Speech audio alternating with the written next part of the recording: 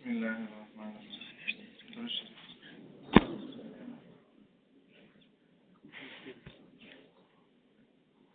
د هرې ګناه او هرې برایي د انسان زړه باندې او د انسان په زندګۍ باندې یو اثر وي.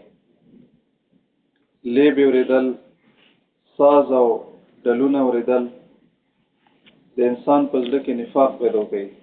نبی کریم صلی الله علیه وسلم فرمایي چې لیبې اورېدل د انسان په زړه کې منافقت داسې پیدا کوي لکه څنګه چې پړې سره او اوبو سره غیا شینکا زرغونیږي. بد نظرۍ سره د انسان د ایمان حلاوت، د ایمان میټاس او فضلت ختمیږي.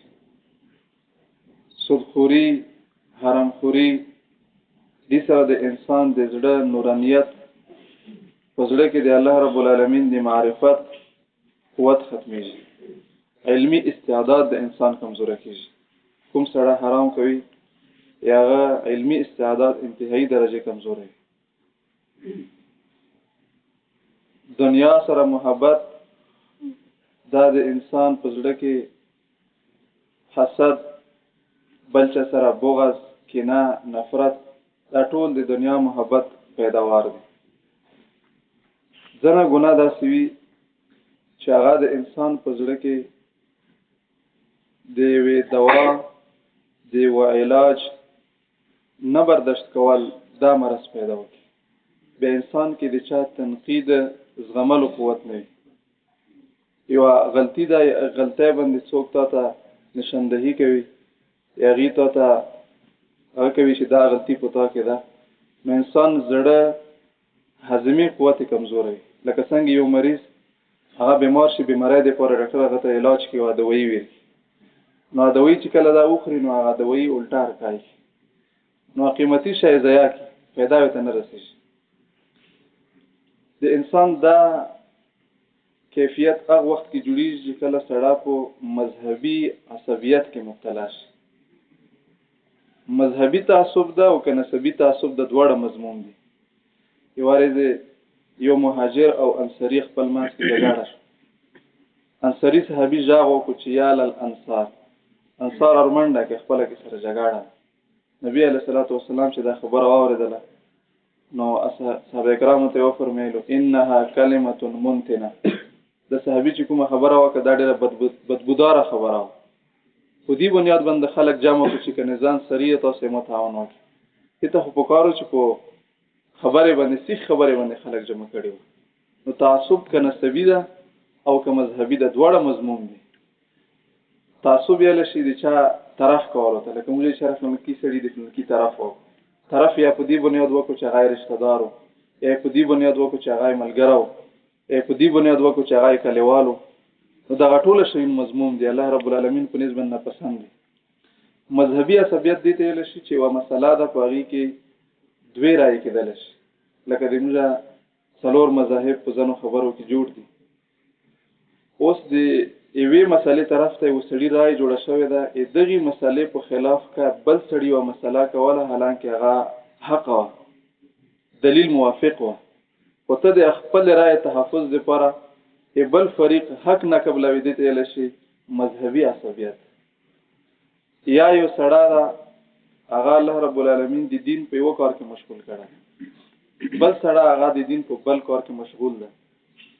د کوم فریق چې په یو کار کې مشغول نه ده، هغه د بل سړي کار باندې یو تنقید کوي، یو اعتراض کوي چې په دې کار کې دا نقصان ده.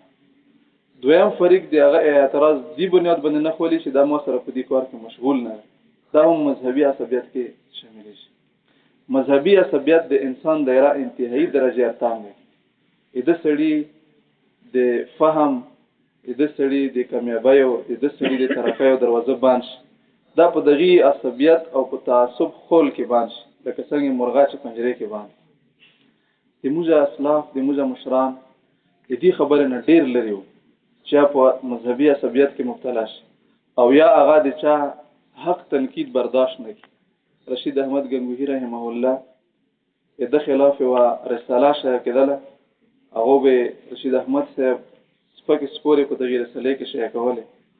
رشید احمد گنگوهی رحمه الله د رساله خپل پړاواله روزانه معمولی بیا چې کله نظیر کام شو خپل یو مرید ته حکم وکړو چې ته ما د رساله پڑھاوه.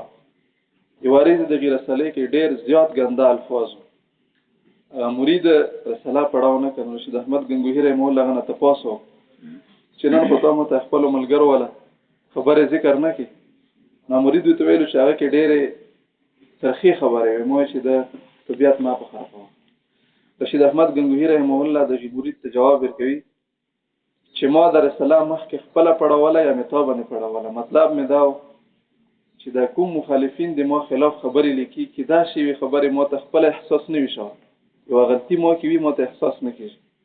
خو دا مخالف فریق چې کله ما په خبره کوي نو هغه دی وجه نه کله کله ز خپل غلطۍ باندې متنبه شي متفاته ولګي چې دا غلطي فرشته په تو کې موجود د زغ اصلاح کولو کوشش کوي. نو د هر چا د اعتراض یا د هر چا د تنقید زغملو قوت په ځان کې ساتل پکار. موږ خپل نیکه صاحب مبارک دی المنس کوله وارث امام کې مخکې یا ایها المزمل دا سورۃ تلاوت کول نو دا مزمل لاندې پوسټ ویلو حالانکه قرات مطابق د میم باندې او تقریبا دوړو باندې شاد کله څرته نه یو قری صفات هوي چې یا ایها المزمل دا باندې شاد ده. نو بیا چې کله صاحب مبارک د ځای تلاوت کولو هغه قری صاحب ته دعا کوله چې الله رب العالمین دغه ته اجر ورکړي د مواد تلاوت تصحیح او مت قرآن صحیح نو خپل ځړه کې وسعت پیدا کول پکار تنقید برداشت کول مدار پیدا کول پکار. کوم څه کې تنقید برداشت کول مداوي د علم د ذکر میدان ډیر وسیع دا ډیر څه کول شي او چې کوم څه تنقید برداشت کول قوت ختم شي هغه هضمه خراب شي. هضمه خراب شي هغه بند دوی به څه خنر غذا هغه د پر فایده لري. الله رب العالمین عمل توفیق